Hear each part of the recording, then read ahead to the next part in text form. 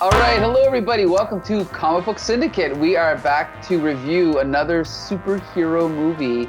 This one is the most important one released in the last 2 weeks, and it's been talked about for like 11 years by Dwayne "The Rock" Johnson, and it's finally here. Black Adam.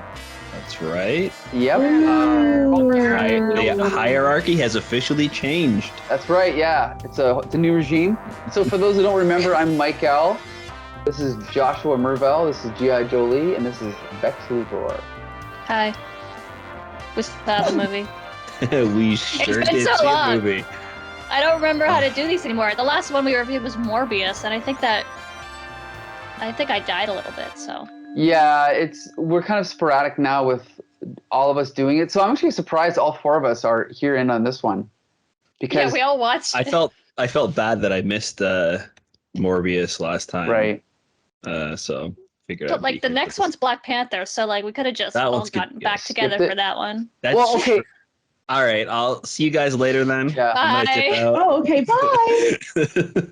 So here's the thing. We don't need to summarize the plot. I mean, other than, I'll just say quickly, Black Adam is a guy in ancient Egypt. He gets resurrected in the modern day. The Justice Society hunts him down. They team up, and then things blow up. That's pretty much the plot, right? Yes. There's punches. Yeah, there's some punches. The devil also shows up. The devil is there. The devil. Anyway. There is an antagonist, technically. Who's the antagonist? The devil, So okay. technically. Okay, let's just start with first impressions. I'll just say, here's my 30-second first impression. I thought it was a complete mess. There was some things I liked. Some things I liked Dr. Fate. I liked, what was Cyclone? Yes. yeah. Okay. I liked, I like the Justice Society. They're okay. For someone who's so appealing in most of the things he does, I thought The Rock was completely uncharismatic and unfunny, and just I don't understand why he was so hyped about doing this movie, because he basically was just reading his lines, I don't know why they picked like the Justice Society to be kind of what they were, unless they just needed an excuse to bring them in. But I feel like everything about the movie was wrong. Like me and Josh talked about specific things. Like one quick example I'll give. When Black Adam wakes up in the apartment, okay, I know exactly what trope they're going for. They're going for the E.T. trope of the kid has an alien hidden in his bedroom and he's trying to hide it from his parents. Ha ha ha, funny. In this movie, the mother knows Black Adam's there, but he wakes up in the son's bed.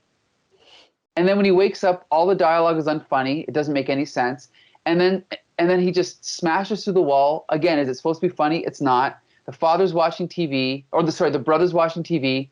The mother's not even home. It's like every single step of the way of how they could have done that trope and made it funny completely falls flat because they do it all wrong. And I think that applies to the whole movie. So that's all I'll say for my opening remarks. But Josh, what did you think? Yeah, it's not great. I kind of feel the same way about this movie as I do with Thor: Love and Thunder, where there was a lot that I liked about the movie, like small little pieces or like moments that were really great, but it like nothing fits together as a story really well. It feels like certain beats that they wanted to be like a funny or great or like cool homage as a payoff were just thrown in, and there was no reason for it to happen. Like they were missing a step before that. Like an example that I've got is with the good, the bad, the ugly scene where the music plays and he's got his hand by his hip, right? And we see earlier on that the brother is watching the good, the bad, and the ugly on TV, but there's no moment where Black Adam himself is watching it for like Black Adam to recreate that and make that reference. There's no, it's all predicated on the audience understanding the reference and not like it being set up in the movie and like the fiction of what's going on. So it's like, again, it's like, it would have been a really fun, interesting moment if like there was time for the kid to be like, look it, this guy's a bad guy, but he's doing the right thing. You know, make that literal homage, and then it would make sense that he's going to be recreating it later with the music, with everything. Mm-hmm. Right. Yeah, it just, I don't know, it didn't work. A lot of cool, fun things, but all in all, it's not great. All right, G.I. Jolie. I'm just gonna finish off where Josh left off about the homages. It's like they were trying to establish, or maybe they tried to establish a lot of things like him being man at a time, but they didn't go anywhere with it. Right. Or they introduced something and then that could have been really, really cool. And then they just never talked about it again, like Eternium. Right. The fact that the bikes were powered by it, that it hurts Black Adam, and that somehow it created the power, like it gave him the power of Shazam, maybe, or access to the power of Shazam, but it's never addressed. And maybe this is like a cut down version of something that's bigger. And they thought, well, whatever, audiences can, they can figure out what they will about an unknown unknown magical substance. They already had to deal with vibranium without long explanations. So, and kryptonite. So like, we don't have to explain Eternium. Yes, you do. Two, again, like there were a lot of things that were sort of set up that didn't pay off in the end the way that they hoped that they would. Like, this is just another film with a bunch of characters that I thought were really cool and were executed sort of 75% well, if not for the fact that like I didn't give a shit about them at the end. Right. And I only really cared that one of them died or passed into another dimension. Right. Because I thought he was so cool. And he was actually the coolest. Also, was Hawkman always a billionaire playboy type? No, Didn't not think at so. all. Okay, cool. No. He's just an archaeologist. Right. Cool. Awesome. Archaeologists usually not like, Tony Stark types. But I kind of they just introduced these things that we were meant to accept as these people's lives, and I had a hard time accepting it. So when the whole idea of the story being sort of this like anti-hero fighting for the little guy, it was hard to accept that because I couldn't accept Black Adam's origin because it was also messily thrown together. Yep. So my first impressions were initially, wow, this is going to be a lot of history, and I'm going to have to do a lot of listening because like it did that ancient Egypt thing. He was telling the story, but then it just started to fall away.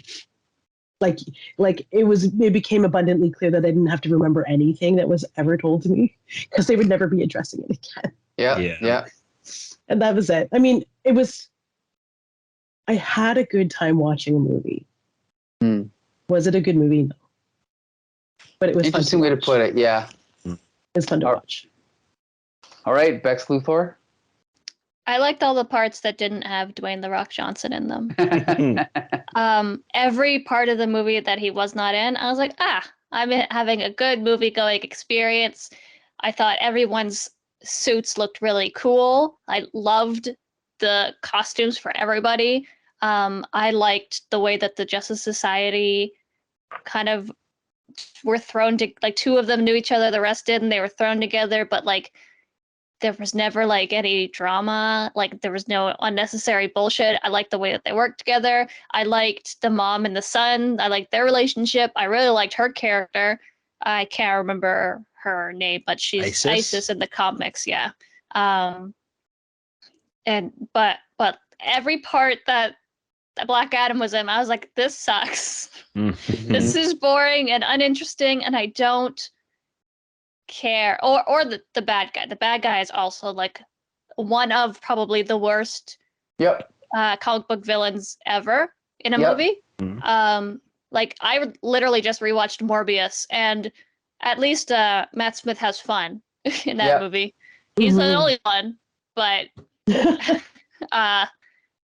and like we got like some of the like in the Catwoman movie, the villain is just like a makeup girl, and even she is more interesting Mhm. than what's his face. It Well, and betrays them. Like And who also, cares? was he Steppenwolf? Was he supposed to look like Steppenwolf? I don't know. No, Yeah, all of he's the king's descendant, Hmm. and then the 7 demons of whatever gave him the powers because it's supposed to be like the opposite of the wizards, right? Mm. Much cooler in the comics, by the way. All these demons, absolutely. It's kind of sucked that they made hell and demons not interesting because I was like, oh, cool, we're in hell, and then I was like, we're just looking at a man. Yeah. Sick. DC seems to be making all of their villains just dudes, but a little bit taller than normal dudes, and they've got something funky on their head. Like that's pretty much every DC villain. But the design of this guy and Steppenwolf were just garbage to me. I'd rather just see like, you know who the best Klingon was? Christopher Lloyd, because he looked exactly like Christopher Lloyd. You know, like I want to see a guy who's recognizable as an actor, who's playing a bad guy, not just CGI guy, right? Yeah, or give him something to do, something to act with, like Right, like Thanos. He looked like Josh Brolin, but he was an actor. sure, He was acting, yeah. yeah. Yeah, this guy had, there was no reason for him to be in the movie other than Black Adam needed somebody more bad to punch at the end. I think my partner described it. They were like, who could we have to have Black Adam fight that's not gonna like make him seem like too bad of a guy? It's like Satan, punch Satan, end the movie. All right. I also had a hard time even believing that, like, in the DC universe, he's an anti-hero. I mean, like, every single not. superhero has killed bad people before. In the Superman, DC even movies. DC Super, like it's. Yeah, right? but he felt bad about it. Sure. Hmm. It's just, it was hard to, like, take it seriously. And it was also tough that, like, we didn't get enough time with the Justice Society at the start. We don't have that knowledge going in to, like, know that they're against killing. So we had to have Hawkman constantly be like, no, killing's bad. Killing is not good. Yeah, so it was kind of like, that was kind of a bummer and not much of a, like, and Hawkman's character could have been super awesome if not for the fact that he was just like true neutral and super annoying the whole time. Yeah. He was handsome about it though. But you know what the funny thing is lawful good. Sorry, Yes. not true neutral. But someone mentioned the opening. I think Julie, you mentioned the opening. Me and Josh talked about this. They open up. They don't trust the fact that we can figure it out as we go along. So they add all this narration and explanation. They have a voiceover. They have all these shots. I have no idea what was going on. I still have no idea what was going on because the combination of the music and the narration and the sound, I don't know if it was the mix or the editing. It was confusing as hell. It's also like they lied to us at the beginning as well, right? Like the narrator is, spoilers for anybody who hasn't seen Black Adam yet, the narrator is Black Adam's son.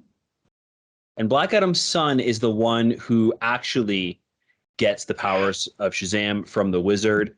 And he transfers his powers over to his dad right before he dies. And it was actually Black Adam that went and saved, or not saved everybody, but like killed the king and tore down that temple.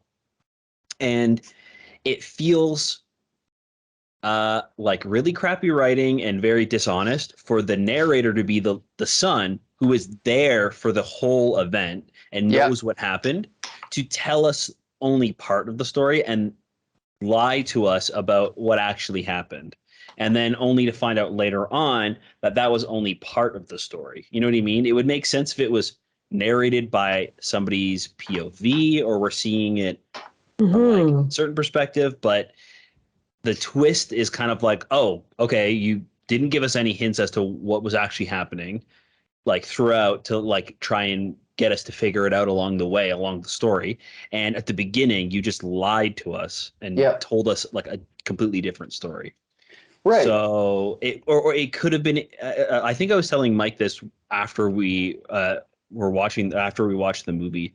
It felt like they added that beginning in after the fact, Yes. after like test screenings, and people were like, we don't quite understand what's going on, so they're like, okay, let's add in some CG bullshit at the beginning, and we'll have somebody narrate what the backstory is, and then everybody will understand. And it doesn't work. So a solution I think would have worked way better was having the beginning of the movie start off with them going into the temple, like that kind of Indiana Jones style start, and having Isis explain to them the story of their people and this god. And that would make sense as to why we're not getting the full story of what actually happened, because it's what has been passed down from generation to generation, and she is now telling the story of this god and this protector, this statue, like what that's all about. And she can be explaining that as they're going through the temple, and she can be showing them different things. Oh, these cave drawings are from this item that's on this pedestal is this, and she can kind of be like telling us while also getting introduced to the characters. It just felt really sloppy and messy. Right. The thing is, again, we're not expecting a masterpiece, but when we can see what they're trying to do, like, okay, here's their Indiana Jones bit, here's their E.T. bit. Also, the relationship between the kid and Black Adam, that's like Terminator 2. You have a kid with a super powerful, like, killing machine, but he's kind of teaching him to be good, and Terminator's kind of learning. It's kind of funny. But they threw that out the window, too. They did that wrong. They did everything wrong, right? I think that would have also made The Rock's performance better. Because The Rock is kind of playing this stoic, like, no joke, like, blank character, essentially. And if you team him up with a kid sidekick that is trying to teach him more about the world, him being like straight faced the entire time will help make his character seem better, and like the things that he's doing make sense, and he will come off more charismatic when he's playing dumb against somebody like that. But there were moments like the sarcasm bit where like Dr. Fate's like, oh, it was sarcasm, and then later on I think it would have been better if he didn't actually know what sarcasm was, right? Like if we're playing it off like he's completely clueless about this world and what everything is. Sure. That sarcasm bit would have made more sense. Right. But for him to kind of come back at the quip, it just didn't. We didn't get enough of that like fish out of water type of feel with his character for that to like even be a bit. You know, okay, I know I've said a lot, but I'm going to say one thing. Throw 95% of the CGI in the garbage. Take Black Adam and, like you just said, do your fish out of water with the kid. For 50, like, spend the entire middle act of the movie with just Black Adam learning how things are in the 21st century and funny stuff with the kid and the mother. Maybe he falls in love with the mother. I don't know. I'm just making stuff up. Maybe the Justice Society is around somewhere, but the fact that they have to just... It's almost like the whole movie looks like a trailer for itself. There's never a moment where they just have someone sitting there talking. There's always got to be a reminder. Don't forget, this is a superhero movie, smash through a wall. You know, guys on motorcycle things. Like, why did we need that? You know, like just constant bullshit. It's almost like they're trying to justify, like, okay, well, we spent 90 million, so we better spend another 5 million. Instead of going, whoa, we've already spent 90 million. Let's just have a scene of two guys in a living room drinking coffee, and then we can save some money for a couple scenes, you know? I don't know. That's my suggestion. Okay, so would you guys... Do you want to talk about like some of the characters now? Yes. Then because I liked a lot of the characters in this movie, but I felt like we didn't get enough time with them to justify them being in the movie and for them to be a big part. Like Cyclone and Atom Smasher, I really liked them. I think the actors did a really great job portraying them. They looked great.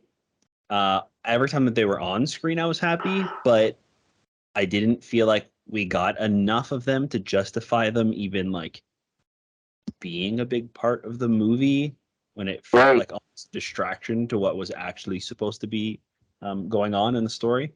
Yeah. But I really did like their characters, and I hope that like later down the line we get more from Justice Society, because that stuff was all great, I thought. G.I. Jolie, what'd you think of well, let's talk about Hawkman. We mentioned Hawkman quickly, but what'd you think of Hawkman, G.I. Jolie? I was really impressed by the by sort of everything that they did for the character, down to like his street clothes, like his normal clothes, his superhero costume, all the art direction around the character, even though they changed his background so that he's like this rich guy that gives them all their gadgets for the Justice Society to like play with. But they didn't do anything with it. They didn't do anything with him other than make him annoying. This like annoying vehicle for reminding the audience that heroes, and Black Adam, that heroes don't kill. There was just so many, like, what is the point in making his jacket out of like a quilted like African, patterns, and sort of doing like a Michael Bay from the ass up pan of his wardrobe and his stuff, if you don't talk about it, if you don't talk about his like, is Carter Hall African, or is he Black American? Like, they didn't. Why is that important? Why show it if it's not important to his character? If you're just going to throw him into some fictionalized Middle Eastern country for the rest of the movie, why is you know what I mean? Yeah, I know what you mean. Yeah. Like, what does he stand for? Does he actually stand for what he believes? And I don't know. I don't trust. I don't trust. Not that I don't trust his character. I just don't trust the treatment of all this stuff. It just could have been done so much better. Yeah. So I like the character, and I will say the same thing for all of the characters. I liked all of the characters, and I liked the art direction that surrounded them, but it's just there's nothing done with them. And I will even say that I liked Dwayne Johnson as Black Adam. It was like neither here nor there, actually. So. You talking about that kind of, like, they could have given him, like, if they didn't have the Justice Society in this and it was just Hawkman, like, sent by Amanda Waller, I think it would have been much better. I did really enjoy Dr. Fate, so maybe like the two of them are sent together on an assignment to go and stop Black Adam. And we like getting rid of some of the other characters, even though I like them, would have given us more room to like see maybe a bit more of his backstory. Maybe we could have found out that like his like younger sister or something like that died during the battle in Metropolis between Superman and Zod. So then that's why he's like so against like superheroes, like in the collateral damage when superhero battles happen. So it's like very kind of about his character. You could even have her, like his sister, be like in the embassy or something, and it was like that was one of the buildings. Then you can bring in his like African roots or whatever. You know what I mean? Like build it as like an actual like thing about his character instead of just like a weird like bio stat about him, right? Like he doesn't like killing. It worked for T'Challa because he's a prince. Right. He didn't have to establish why he was rich. You knew because he was royalty. He was like Wakandan royalty. Yeah, you didn't really have to go into it. You were able to show Black Panther looking dope without Mhm. much explanation. Mhm. Right. But here you kind of have to. Yeah, actually, I guess that's exactly what it was. Even what I described was pretty much Black Panther's introduction into the MCU in Civil War, right? We see Yeah. him in the embassy with his dad who gets killed, right?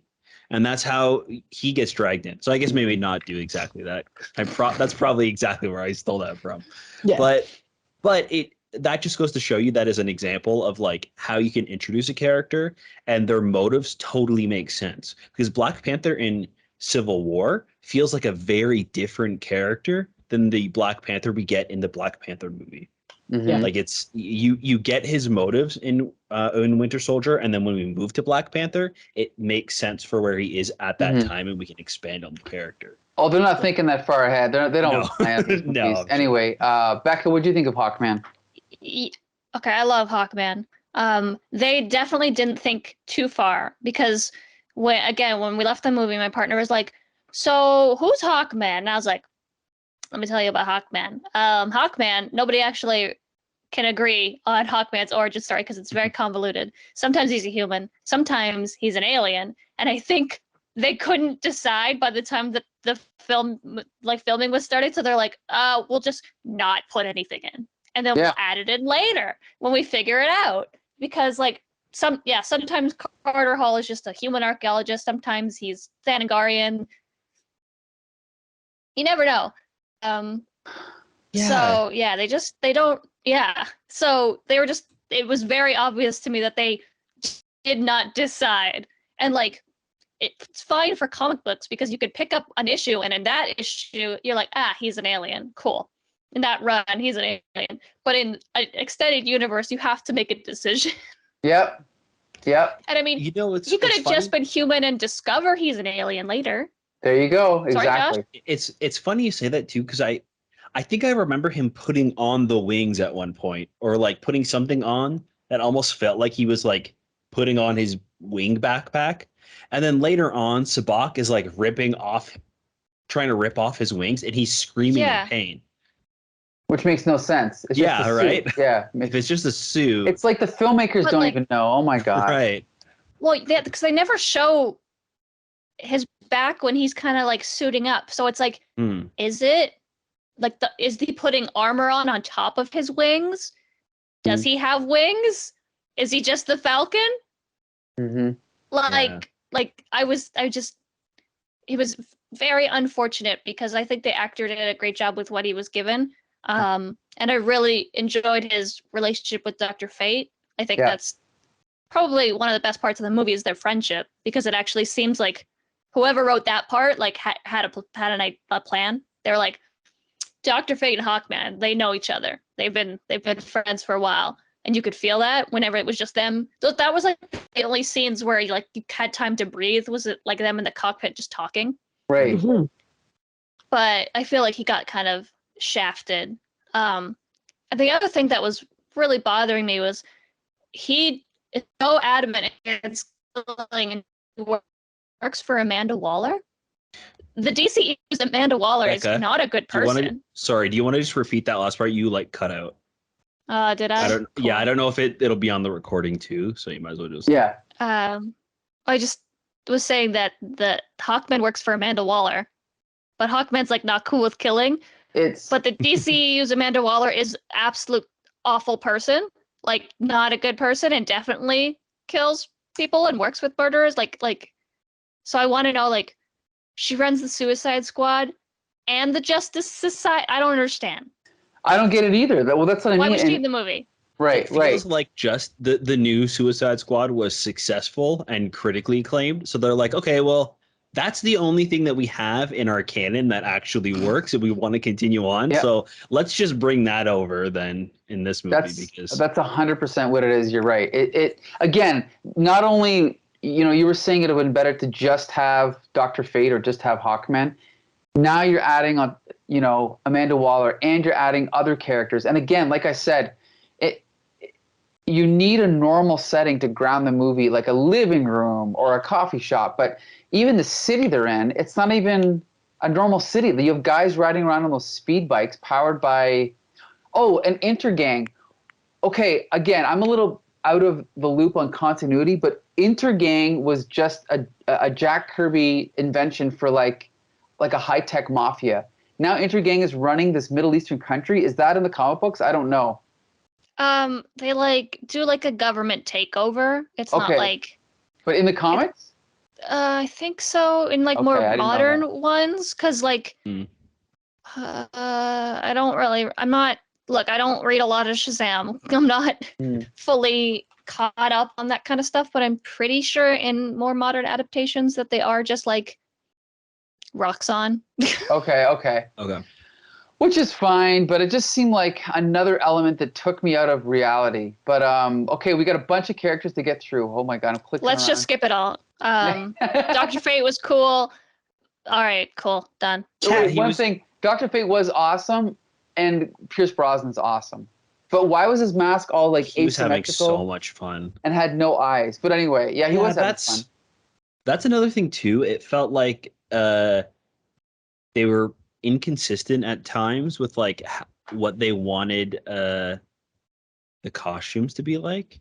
Like Dr. Fate, it feels like they kind of updated him so it wasn't very goofy looking, and they wanted to make it look like new and cool and had like the unevenness and like the dented thing. And then Hawkman was like full on goofy ass, like huge wings, big old beak hanging out, goofy helmet with the beak. Yeah, I loved felt it. like Shut up. Listen, I kind of like, it's goofy, and I think it could have worked if the whole Justice Society had that same feeling of like classic superhero costumes, and they all had that feel. And it felt like they were almost trying to set that up with like even the fact that Atom Smasher got his costume from his the Fonz grandpa, or I forgot about that. his uncle. His uncle, yeah. So it was like oh yeah, even his costume is like an old hand-me-down, so it's like a classic looking costume, but nothing else really kind of fit that. Dr. Fate felt new, and then Cyclone was like this, like didn't feel like a costume really at all. It was kind of just like cool. It looked like a Party City adult fairy costume to me. Right. Yeah, she just is a TikToker, and like it was just her e-girl outfit. Okay, sorry, I completely missed this. Someone mentioned Isis earlier. You're telling me that Adriana Tomaz is Isis? Yes. And her son is also Osiris. What? Yeah. Did they say this in the movie? No. Those are their names though. Yeah, her name is Isis. Is that the kid's name too? I can't remember. Well, his name is Amon, but in the comics he's Osiris. Or Black Adam Jr. I know that much. Because Black Adam gives him the Black Adam powers at some point. Yeah, I don't know. All right. Okay, what about Cyclone? I thought Cyclone was... I didn't even know who Cyclone was, but I thought this character was great. Like... Yeah, but like for the same reason Black Adam. It's like you see Amanda Waller go, hey, not Black Adam, Hawkeye. Hey, Hawkeye, who have you got going with Hawkeye. you? Hawkman. Yeah, sorry. Hey, Star Fox, who do you have going with you? Oh, I'm going to take Atom Smasher. No one's ever seen him before, and he's a kid. Oh, I'm going to take Cyclone. No one's ever seen her before, and like she's super cute and fills the woman POC gap because there's only one other woman who stars in this movie. So, yay, we're taking all of them. And then Pierce Brosnan is Dr. Fate. And it's the four of us. It actually felt, considering there was 4 Justice Society members, it actually felt weird because there should have been like 5, because 4 felt like too little. You know what I mean? Like, why just them? Why not send more? It was weird. And the fact that she's made of wind and you're going to the desert. And also Black Adam was so much more powerful than those particular characters. Why didn't they bring in maybe one more character that was Martian Manhunter? Super strong, or I don't know, somebody from the Justice Society that could have matched him. I don't know. It just was like actually a Green Arrow. Like, I don't know. Who knows? Yeah, who could we have brought in? Speaking of powers, they have Hawkman fighting Black Adam in the beginning, and they've already established that he's got the power of gods. And it just doesn't seem like a fair fight ever. Yep. So, Well, yeah. Have we not talked about anyone here? So I didn't realize ISIS was in this movie. Black oh Adam. boy. What? Who else? Superman. Oh yes, Superman's in this, yeah. So okay, I can say for the record, Technically. I'm totally against the idea only because I was really hoping they would completely wipe out the whole Snyderverse, but now we're stuck with him again. Not that I have anything against Henry Cavill, but that version of the character, I can't stand the Man of Steel movie or Batman vs Superman or Justice League. So It is wild that they had to blow the end credits tease before the movie even came out to Yeah. get people to go see this movie. yeah, It you're is right. wild. And then they had Henry Cavill wait until today to drop an announcement on DC's official media, like all of their media. Right. Yeah, so he's officially going to be returning again later on for other projects as Superman, is what he has said today. And just to show you kind of what the state of DC movies are, this is also on the same day that an Ant-Man trailer came out, and people are more excited about that than Henry Cavill's Superman coming back. It is so weird that people are more excited about Kang the Conqueror than Superman. Well, you know what's Have funny? you seen Jonathan Majors lately, though? I mean, that's fair. Yeah, that's fair. You know what's funny though is that now that I think about it, His best part of watching. today they dropped the Guardians of the Galaxy holiday special, and then today DC announced James Gunn is the new co-head of their film division. I kind of just it didn't click with me that they're like competing with each other so closely. I just didn't even think about that. And James Gunn's making out like a bandit. Yeah. Right. I had one last point about you mentioned James Gunn, and it reminded me of the music. And it's like he took Peacemaker and like kind of James Gunned it. And it's like in this movie they tried like everything, including shitty musical cues. It didn't work at all. Yeah. It was embarrassing when the uncle Yes.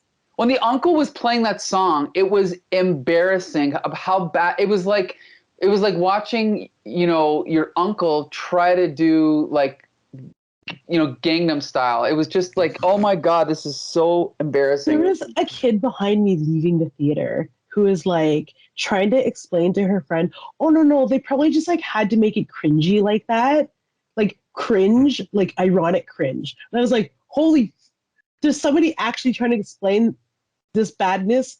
Right. Like no, don't legitimize it. It is bad. It is cringy. It is everything you think that it is unironically. They thought they were making a good movie. Yeah. Period. They did not. I think the biggest thing about this movie is that it didn't feel like it had like a person's vision behind it. Yes. Like it really felt like a big committee. Yeah. And like the director, it could have been literally anybody that stepped in to direct this movie. They could have had nobody as the director, to be quite honest. Because it feels like it was Dwayne "The Rock" Johnson and all the executives at Warner Brothers that created this. Yeah. All of the creative and fun things about this movie are kind of like hidden away behind the shitty plot and like the things that need to be in a superhero movie that are kind of like shoved in here to get this film going and out for the general audience and make it a commercial success. Well, and let's also, before we go, let's also point out the film has 38% of Rotten Tomatoes, which I agree with. But the box office, okay, let's remind our listeners, The Rock is the highest paid actor in the entire world. And this movie was his biggest opening ever. It's already made $147 million, which means it's doing pretty good. But I just can't imagine who's enjoying this movie. Then again, I also want to point out when me and Josh went to see this movie, we went to the 6:30 showing or 6 o'clock. Yeah, 6 o'clock. Yeah, and It was pandemonium. We might as well have been in like God. it was like a school cafeteria. It was all teenagers around us. They didn't even know the movie was on. They were talking to each other, shouting, It was jumping insane. up, changing seats. It was insane. That's, I guess, the audience for Black Adam, right? Yeah, it was a really shitty movie going experience. Yeah. The kids were like constantly like walking in front of us to go see their friends like in the row behind, like next to us, and then they were going back above us, and they're talking the whole time, and they're like making jokes about the movie. And honestly, at least somebody in the theater was having fun. Yeah. Because everybody else was like silent. I don't think I heard one laugh. I don't think I heard anybody gasp. Mhm. Nobody cheered even when Superman showed. Like it was like There was a little bit of shock. I did. I heard a little bit of shock. After he Yeah, was like, "Hey, Black Adam, I gotta talk to you. I gotta talk to you. I gotta talk to you." And I said, and I guess I said out loud, "Oh wait, no, sorry, I'm gonna blow it because this is what I said out loud. No, you should kiss." And then there was laughing. Yeah. So you were in a theater, though. Yeah. Okay. And, I just wasn't and sure. you know what I will say? The theater was packed. So was ours. Yeah. It was packed. So- Yeah. It was like we went opening day and there was like no audience reaction throughout the movie, which is really strange for a superhero movie on opening day. Like usually it's like all the fans go opening day and like the whole audience is kind of like with each other and all acting as a crowd and it elevates everybody. This, I didn't feel that at all. I wonder Nope. if it's a, kind of like a perfect storm of nothing else happening at the movies. It really I think isn't. I had a better experience because we went on at 4:00 on a Sunday, and it was a Yeah. lot of families. And the children in the theater really liked when Black Adam smashed through the walls. I was like, you know what, solid joke. It's just, good one. And they really liked when he said shit a lot because they said shit a lot in the movie, and that really got them. And so, like, I think that's who the movie was for. There was a princess party going on as well, and I think they were having a blast. Okay. So- Awesome. At the end of the day, if the kids are happy, sure. They're They're fucking wrong, but whatever. Yeah, it's like Shazam. Like I didn't think Shazam was a great movie, but I appreciated the tone they were going for, and maybe they were trying to go for that tone for this one, but they completely failed. At least with Shazam, I could justify kids liking it more than I did. With this movie, I can't understand anyone liking it, honestly. It's also crazy too because this is not a movie made for kids. No. There's a lot of killing. Apparently the original cut was rated R and they had to cut a lot of the stuff out of the movie. I mean, like the first introduction of Black Adam, he electrocutes somebody and like just melts him Right. to his skeleton, right? Right. It's just And every death is really vicious and like ends in a loud thud. Mm-hmm. Mm-hmm. It's because Yeah. Black Adam has to be a bad guy, but because all the other DC heroes have also killed people, they have to make it like extra right. killing people to make it like, oh no. Yeah, Superman killed that guy, but Black Adam totally eviscerated this guy. That's way worse. Yeah, and it also has left the movie now at a point where like they cannot introduce Black Adam as a villain anymore. Because he's he's played by The Rock, right? Well, he's not even that. It's just like the rules that they've set for the character is like he has put aside his revenge and ruling and taking the throne. He destroys the throne. He now has his new like found family, and he's like friends with the Justice Society again. Like, how are they going to spin this to like, and make him a bad guy again? Well, I'm sure they'll just undo everything like they did with WandaVision, right? They'll just undo it in 4 minutes and then have a new movie, True. right? Yeah. But anyway, unfortunately, we have to wrap this up because we've got another podcast to do right after this. So Right. why don't we give our final thoughts? Bex Luthor, do you recommend this film? Well, I watched Morbius recently, so yes. Because at least, like I think Jolie said, at least I had a good time. I watched the movie. And I was like, wow, that was a bad decision. But I did like looking at it with my eyeballs. And like I like bad movies, but this one wasn't bad enough for me to like it as a bad movie. Right. I don't know. Dr. Fate and Hawkman are dreamy, so I guess go see it. God, they're really dreamy. I want a Justice Society movie just about them, and not in the way that they gave us Captain America and Winter Soldier. None of that bullshit. I want like a good movie. Right. They deserve their own movie. Yeah, they do. But anyway, With Jolie, do you, Noah Centineo in it. He just shows up. He's like, hey. Actually, that would be funny too, because like Noah Centineo is like America's sweetheart.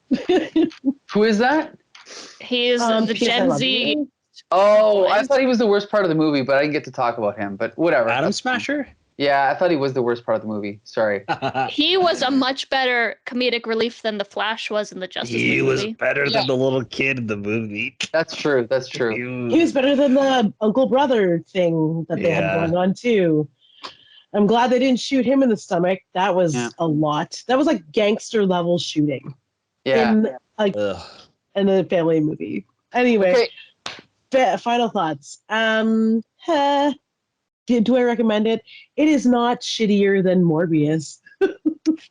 But you could just watch League of Super Pets again until Black Panther comes out, or just What? watch She-Hulk. You know, one thing I'll say, Morbius was complete shit, but at least it was consistent tone all the way through. It was equal shit all the way through. You know what I mean? Whereas Black Adam was just this big hodgepodge of different kinds of shit. Anyway, Josh. Wait. Okay. If you're going into it for lore and mythology, you're going to be disappointed. Okay. Yeah. Josh? No, I don't recommend this one. I feel like everything good about this movie, you're going to be able to see when it comes out on digital in highlights on Twitter with people like posting like clips from the movie. Like, oh, look at this moment. You're not going to, I personally don't think you need to see the movie. You're going to end up seeing all the good stuff in some way or form. So, yeah, no. Yeah, I anyone who's defending this, I don't know what the hell you see. Yes, there's a few good things in it, but it's like 5% good and 95% garbage. So, Bex? I do want to say, at least you could see it, though. Like, we filmed it during the day most of the time. And I did note that, and I appreciated that I Sure, could see yeah. what was There was going on. lighting. Yes, there was cinematography in this film. There was illumination. The We visual were in the effects daytime. and lighting are all great. Yeah. Okay. We wish we could talk more, but we got to talk about Spidey cartoons, so we have to wrap this up. Be We got sure to more join important us things to do. for, yeah, exactly. I think our next review is probably Quantumania, right? The Adam Black Black Panther. Panther comes no, out. Black Panther, Yeah, in a couple then weeks. Quantumania. So be sure to join us there, and also be sure to join us every Monday for Here Comes the Spider Cast. So yeah, we'll see you soon. This is the Comic Book Syndicate signing off.